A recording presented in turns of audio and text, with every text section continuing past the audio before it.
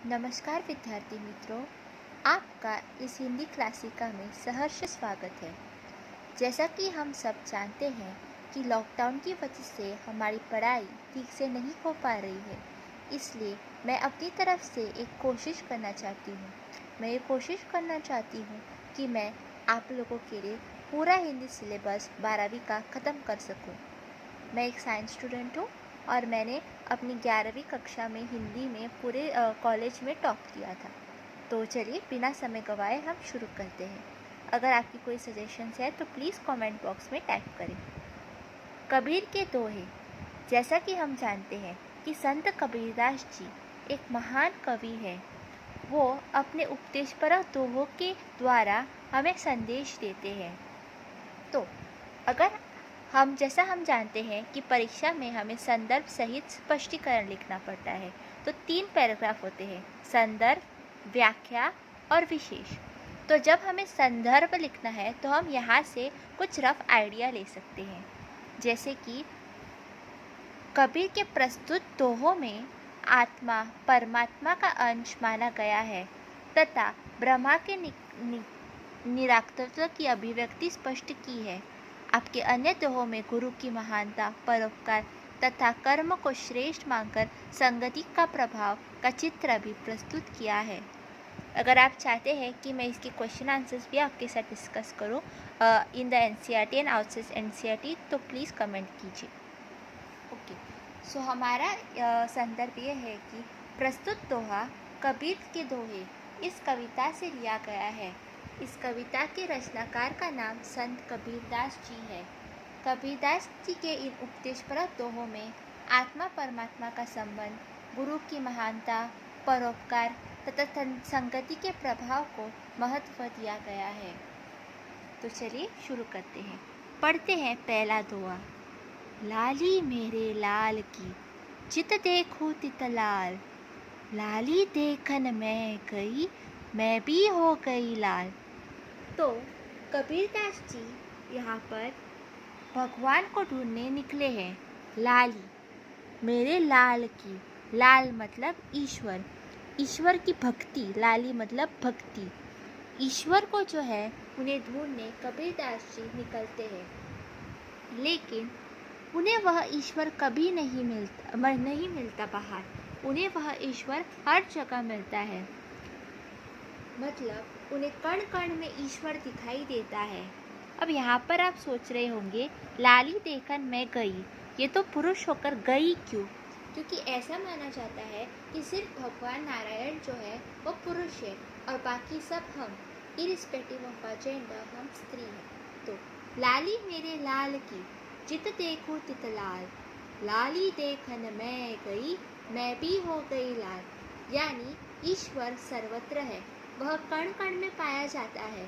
और अगर आपका मन साफ हो तो आपको खुद में भी और सब में ईश्वर दिखाई देता है और आपको उनकी कृपा दृष्टि प्राप्त होती है।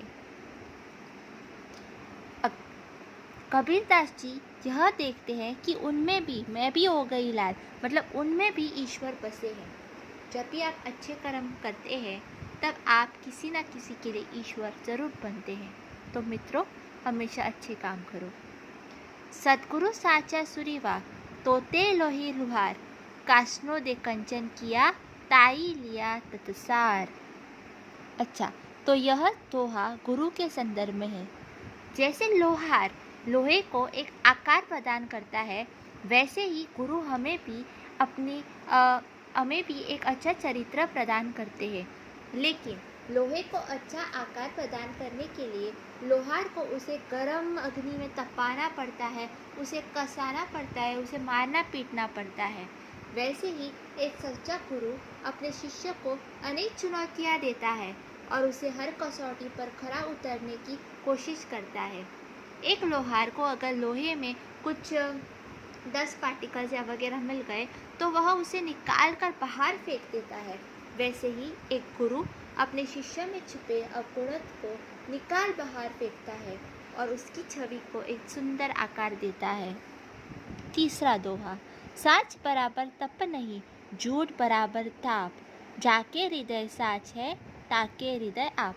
इसका एक सरल सा मतलब है कि अगर आप अच्छे होते हैं तो आपके मन में स्वयं ईश्वर बस जाते हैं और झूठ जितना पाप कुछ नहीं होता।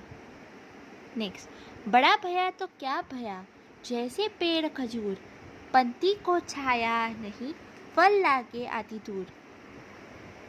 अब इस सृष्टि में हम सब अलग अलग स्तरों पर होते हैं। कुछ लोग कुगत घर, बड़ा धन धान्य संपन्न होता है, लेकिन वह कोई दान नहीं करते। कुछ लोग बहुत ज्ञानी होते हैं, लेकिन वह अपना ज्ञान नहीं बांटते। शायद आपने भी अपनी क्लासिका में किसी टॉपर को देखा होगा जिसे सब कुछ आता है, लेकिन वह आपको कभी नहीं दिखाएगा। तो कबीरदास जी का मानना है कि ऐसा बड़प्पन बेकार है। जैसे खजूर के पेड़ को ही देख लीजिए, वो लंबा तो होता है, लेकिन उसके फल हम नहीं खा सकते उसकी लंबाई के कारण, ना ही वो किसी को छाया प्रदान कर सकता है। तो उनका मानना है कि ऐसा बड़प्पन जिससे समाज का कल्याण ना हो, वो बड़प्पन व्यर्थ है। नेक्स्ट, काया मंजन क्या करे, कपड़ धोइम धोई, उज्जवल हुआ न छूटिए, सुख नीदड़ी न सोई। मनुष्य को लगता है कि अगर उसने साफ कपड़े पहन लिए, अगर उसने अपने आप पर गहने रख लिए, साफ कपड़े पहन लिए, तो वह साफ हो जाएगा और उसे सुख की नींद मिलेगी। लेकिन सच में ऐसा नहीं होता। आप सुख की नींद तभी सो सकते हैं जब आपका हृदय साफ हो। आपको अपना हृदय साफ रखना पड़ता है। हृदय को आप साबुन से घिसाकर साफ नहीं कर सकते। आपके शुद्ध विचार ही आपके हृदय को साफ बनाते हैं। कथी कथे तो क्या भया, जे करनी न ठहरा, कालबूटों के कटे जो दोषे थी दड़ी जाई।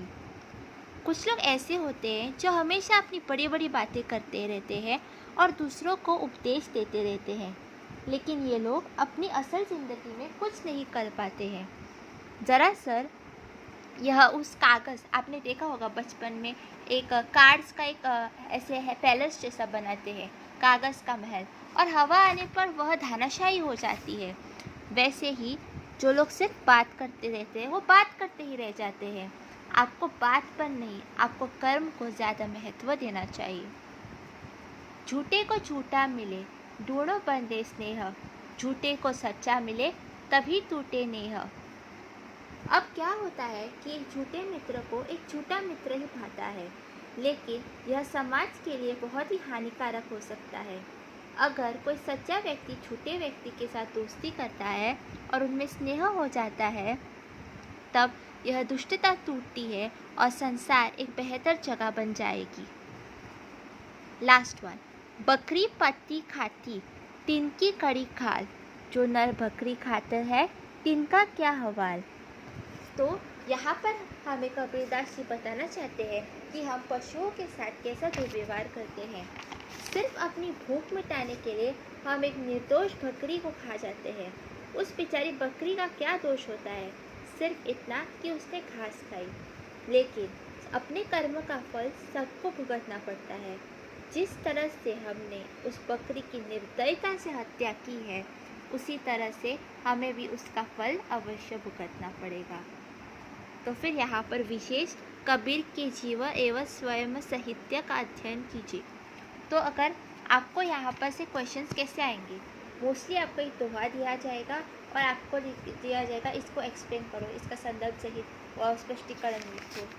तो अगर आप चाहते हैं तो हम प्रीवियस पेपर्स भी सॉल्व कर सकते हैं। आप प्लीज़ कमेंट कीजिए। ओके,